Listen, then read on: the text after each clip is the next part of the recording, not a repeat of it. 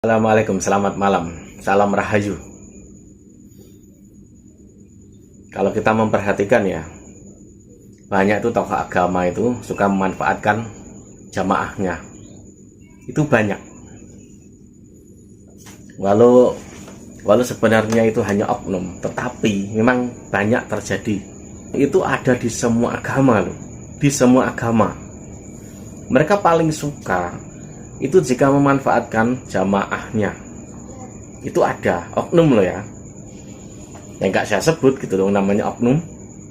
Ada seorang tuan nabi, mungkin kalau saya sebut gak enak lah, namanya terkenal. Saya yakin jika Anda mengundang dia datang untuk pengajian ke rumah sampean, saya yakin gak datang. Tapi di pikiran orang umum itu kebanyakan karena apa? Oh, dia itu wali. Dia datang itu kalau sudah dapat pesan dari Sang Maha Kuasa untuk datang. Ternyata tidak seperti itu. Bajingan lah, orang kotor lah, dia datang jika kaya. Itu ada yang seperti itu. Kalau saya sebut pasti kalian tahu. Saya dapat cerita ini dari beberapa orang yang dia itu sudah mencoba. Emang tidak ngetes, emang benar-benar mengundang beliau untuk hadir. Gak datang. Gak datang. Karena orang biasa. Tapi kalau misalkan kaya raya, dia datang. Bahkan kebanyakan caranya itu ya, modusnya itu disuruh membuat jamaah, disuruh buat majelis, entah apapun namanya lah, bisa atas nama yatim piatu dan lain sebagainya. Pasti ini datang kalau diundang. Dulu di pikiran orang-orang yang tidak tahu, nganggapnya itu ya karena wali itu kalau disuruh datang itu belum tentu datang, karena dia datang tuh harus sesuai kehendaknya Allah. Gitu loh. Itu dogma-dogma pembodohan. Belum lagi polanya, misalkan kalau bisa ya, di sana ada makam apa, nanti dicek, ngirim tim khusus, itu ada. Kalau misalkan makam ini bisa diutak-utik jadi sesuatu hal untuk orang yang mengundang itu, untuk nanti dijadikan majelis besar atau apalah, itu dia datang.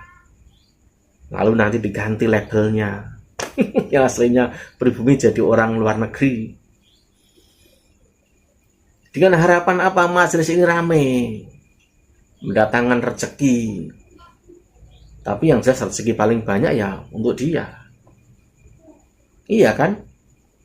Dia ngisi pengajian itu berapa coba uangnya? Kalau dia datang itu wah nggak sembarangan. Yang masak aja, yang ngecek aja juga dari timnya dia kok. Hal seperti ini tuh ada, modus-modus seperti ini. Walaupun itu juga banyak juga yang baik. Ada yang dia itu tidak melihat siapa yang mengundang, itu ada. Lah itu yang ulama asli itu seperti itu. Ini ada satu video dari seorang kiai. Ini tepatnya diarahkan ke siapa nanti Anda tahu lah. Nanti Anda tahu. Tapi memang halus gitu loh. Tapi bagus. Ini mungkin lebih cocok untuk semua orang lah.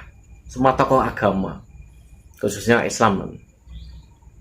Karena ini kan kiai, tapi ceramah ini juga bisa dipakai semuanya untuk orang non Islam, untuk siapa saja itu bisa, karena diambil apa sisi kebaikannya.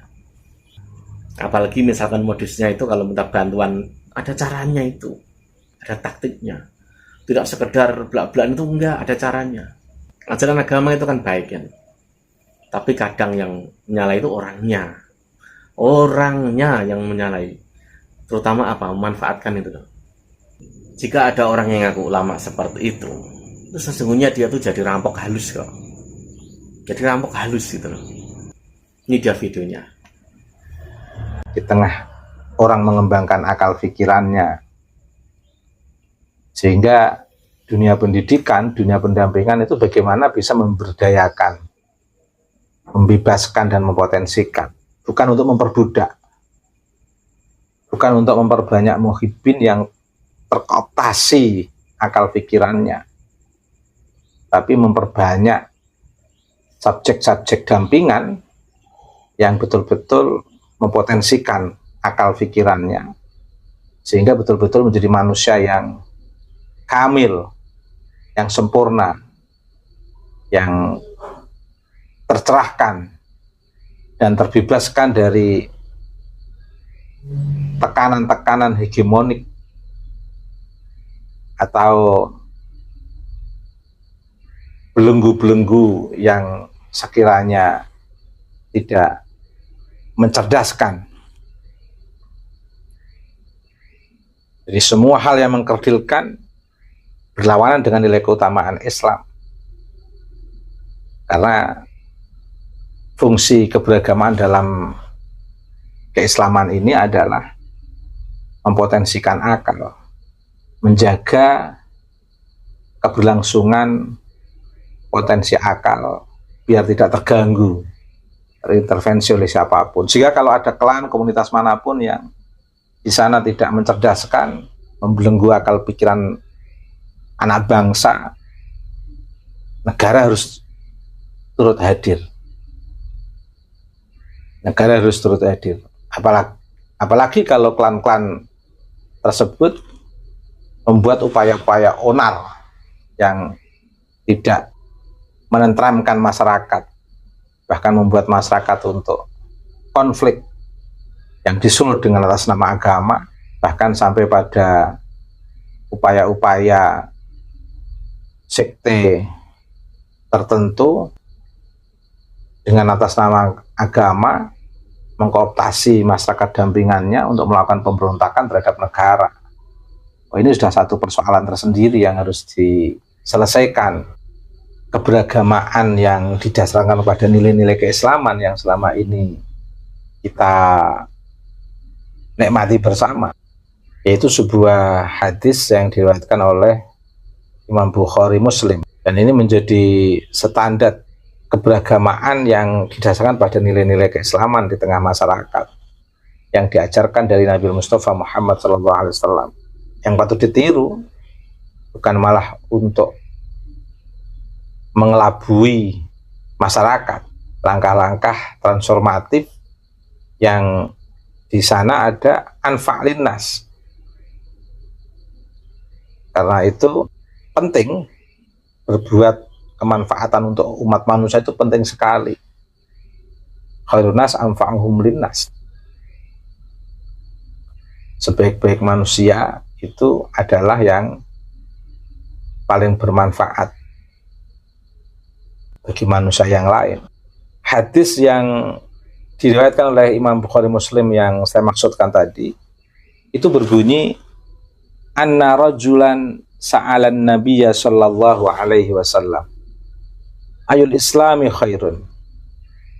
Ada seorang laki-laki bertanya kepada Nabi Muhammad sallallahu alaihi wasallam tentang Islam. Manakah keberislaman yang terbaik? Ayul islami khairun. Lalu kemudian Nabi jawab, tut'imut ta'ama wa taqra'us salama ala man arafta wa man lam ta'rif. Keberislaman yang baik itu adalah memberi makan dan menebarkan kedamaian kepada orang yang engkau kenal maupun yang tidak engkau kenal.